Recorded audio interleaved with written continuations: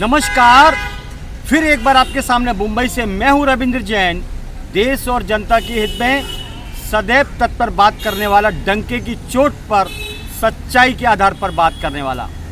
हमारे इतिहासों में पढ़ाया जाता है कि भारत योद्धाओं का एक ऐसा शहर था, एक ऐसा गढ़ था जिसकी वजह से दुनिया में डंका बज चुका था और बजता है आज भी। छत्रपति शिवाजी महाराज की जो ऐतिहासिक चीज़ें हैं, उनका इतिहास है, सीखने को मिलता है। पृथ्वीराज चौहान, उनके इतिहास से भी सीखने को मिलता है। महाराणा प्रताप, उनके इतिहास से भी सीखने को मिलता है। महारानी लक्ष्मीबाई, उनके इतिहास से भी सीखने को मिलता है। अहिल्याबाई, उनके इतिहास से भी सीखने को मिलता है। इस भूमि ने हजारों स्त्री और पुरुषों को जन्म दिया है, महापुरुषों को जन्म दिया है, जिन्होंने अपना इतिहास को बरकरार रखते हुए स्वर्ण अक्षरों में अपना नाम दर्ज किया है। सवाल ये पैदा होता है कि जब भारत को आज़ादी मिली तो 1947 के पहले जिनके बल पर आज़ादी मिली, उन्होंने गोलियां खाई, घर के घर उजड़ गए। लेकिन 1947 के बाद जिस तरह शासन प्रशासन ने देश को लूटा है, वो बेहद शर्मनाक और ख़तरनाक एजेंडा है। अभी कुछ दिन पहले एक घंटे के तूफान ने होल्डिंग गिराया, होल्डिंग गिर गया और 15 से 20 लोग मर गए, 100 के ऊपर घायल हो गए। लेकिन बीएमसी वाले बोलते हैं हमने केस दर्ज कर दिया जिसका होल्डिंग था। माननीय सर्वोच्च न्यायालय जी विनती करते हैं, होल्डिंग आखिर लगे कैसे? मुंबई के अंदर इतना बड़ा फंडा चलता है वसूली का, जब तक ये वसूली बंद नहीं होगी, मुंबई के अंदर अवैध फेरी वालों की वसूली, ड्रग्स की वसूली, शासन प्रशासन के लोग मिलकर जो वसूली करते हैं, उसकी सबसे बड़ी वजह आम जनता को परेशानियों का सामना करना पड़ता है। आम आदमी की कीमत जीरो हो चुकी है। कभी भी आदमी मरता है, कभी होल्डिंग से मरता है, कभी सड़कों के गड्ढे से मरता है, कभी ड्रग्स पी कर मरता है।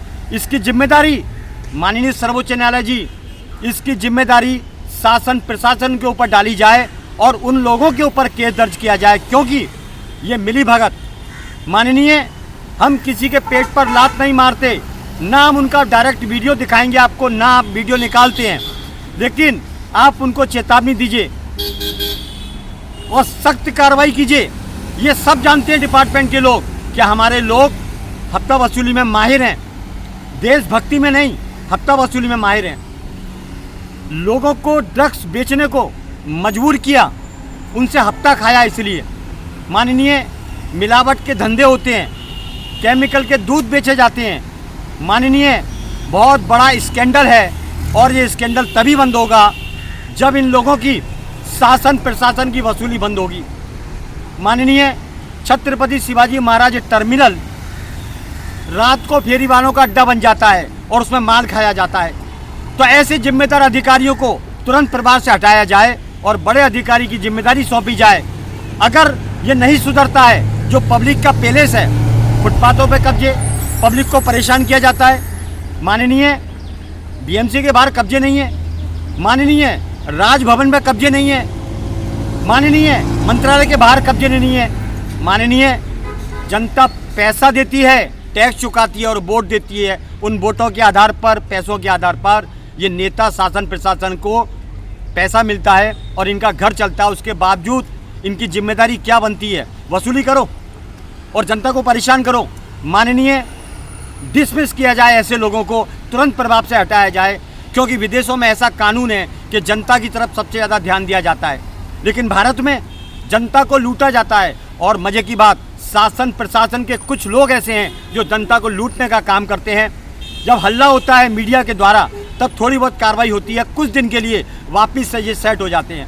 माननीय, गंदगी है, ये भिखारी लोग हैं जो हफ्ता वसूली से अपना घर चलाते हैं, अय्याशी करते हैं, मौज करते हैं और हमारे भारत को बदनाम करते हैं।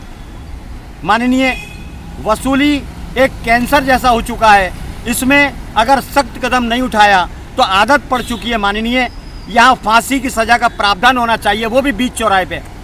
माननीय, आदत अगर ख़राब हो जाए, आदत ड्रग्स की पड़ जाए, अगर कैंसर हो जाए तो वो मरने के बाद ही छूटता है। माननीय, इसके पहले कोई इलाज नहीं है। तो हमारे यहाँ पर वसूली का कैंसर जैसा बीमारी यहाँ डिपार्टमेंट के अंदर घुस चुका है। नेता हो या शासन प्रशासन में बैठे लोग हों, उन्हें मौज करना है, मौज करना है। जनता पागल हो चुकी है, माननीय मोहताज हो चुकी है खाने खाने को, लेकिन इन गद्दारों को शर्म नहीं आती। शासन प्रशासन में बैठे उन लोगों को शर्म नहीं आती जो देश को नोचते हैं और देश को बेचते हैं। बस इतना ही काफ़ी है। माननीय सर्वोच्च न्यायालय जी, मैं आपसे विनती करता हूं, अगर कठोर कदम ना उठाए तो देश नशेड़ी हो जाएगा। जगह जगह स्टेशनों के बाहर नशे के कारोबार होते हैं, इसमें डिपार्टमेंट मिला हुआ है। 99% बस उनको वसूली से मतलब है। कर्तव्य का सौदा करने वालों को फांसी दी जाए, बस इतना ही काफ़ी है। मैं हूँ रविंद्र जैन, मुंबई से। जय हिंद।